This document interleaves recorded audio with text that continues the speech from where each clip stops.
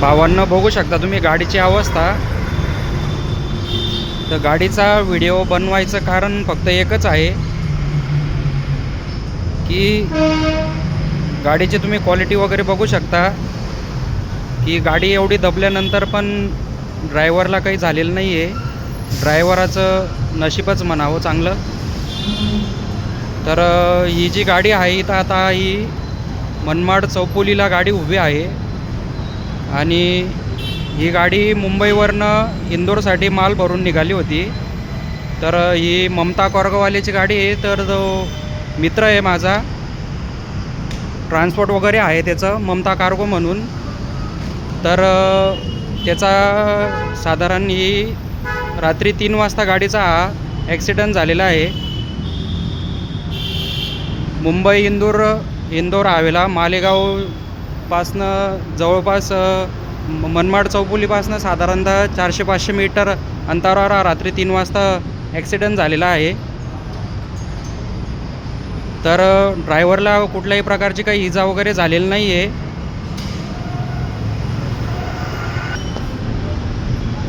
तर रात्रीच ॲक्सिडेंट झाल्यानंतर ड्रायव्हर मध्ये अडकलेला होता।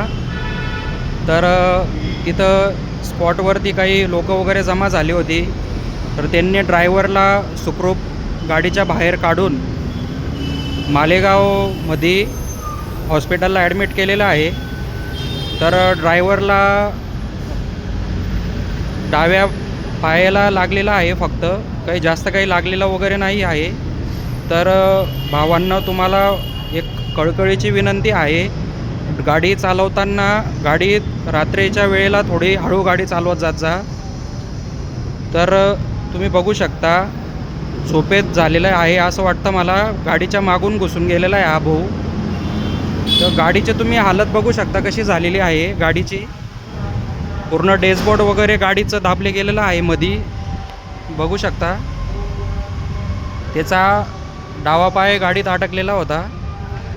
तर गाडीची अवस्था तुम्ही बघू शकता कशी झाली आहे।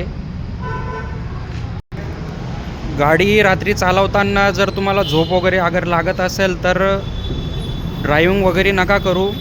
गाडी साईडला कुठंतरी लावून झोप घेऊन मगच गाडी चालवा। झोप वगैरे जर लागत असेल तर गाडी वगैरे नका चालवू, हीच तुम्हाला विनंती आहे भावांनो।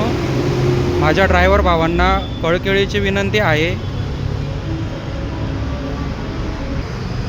तर भावांनो, गाडी चालवताना थोडंसं लक्ष देऊन गाडी वगैरे चालवत जात जा, कारण गाडीवर तुम्ही एकटेच असता बाहेर, पण तुमच्या मागे तुमच्या घरच्यांचं खूप घरी चित वगैरे लागत असतं की मुलगा गाडीवरती गेला वगैरे आहे बा असं म्हणून। तर प्लीज तुम्हाला भावांनो कळकळीची विनंती आहे की रात्रीच्या वेळी गाडी चालवताना थोडं गाडी हळू चालवत जात जा। आणि जर झोप वगैरे जर लागत असेल तर गाडी कुठेतरी साईडला लावून झोप वगैरे घेऊन घ्यायची, मगच गाडी चालवायची। एवढं काही अर्जंट वगैरे काही राहत नाही। तर या गाडीच्या जागेवरती जर दुसरी गाडी वगैरे जर राहिली असती तर निश्चितच तुम्ही बघू शकता भावांनो की ड्रायव्हर सेफली वाचला नसता। तर तुम्ही बघू शकता गाडीमध्ये साधारणतः 400 किंवा 500 किलो माल लोडिंग आहे गाडीमध्ये। तर स्पॉटवरती जसाही ॲक्सिडेंट वगैरे झाला, ड्रायव्हरला सेफली बाहेर वगैरे काढून हॉस्पिटलमध्ये ॲडमिट करून स्थानिक पोलीस चौकी आहे इथं मनमाड चौपोलीला, तर त्यांनी गाडीला टो वगैरे करून त्यांच्या चौकीवरती आणलेली आहे। तर गाडीचे मध्ये जो माल वगैरे होता, मालाची पण चोरी वगैरे काही झालेली नाही आहे। तर पोलीस डिपार्टमेंटचं मी खूप आभारी आहे। त्यांनी गाडीत माल वगैरे असताना गाडी त्यांनी टोईंग करून गाडी इथं चौकीजवळ आणलेली आहे।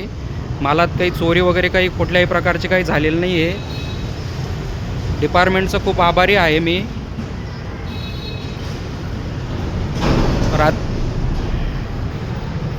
तर भावांनो, तुम्हाला मी फक्त एकच सांगू इच्छितो की जर तुम्ही गाडी वगैरेचं जर काही घेत असणार तर गाडी घेताना थोडंसं विचारपूर्वक गाडी घ्या, कारण जी गाडी तुम्ही घेत आहेत त्या गाडीत तुमचा जीव वगैरे वाचवू शकते की नाही, तर गाडी घेताना हा नक्कीच विचार करा। तर तुम्ही बघू शकता जर ह्या गाडीच्या जागेवरती जर दुसरी गाडी वगैरे जर राहिली असती तर निश्चितच ड्रायव्हर वगैरे काही वाचला नसता. तर तुम्ही बघू शकता.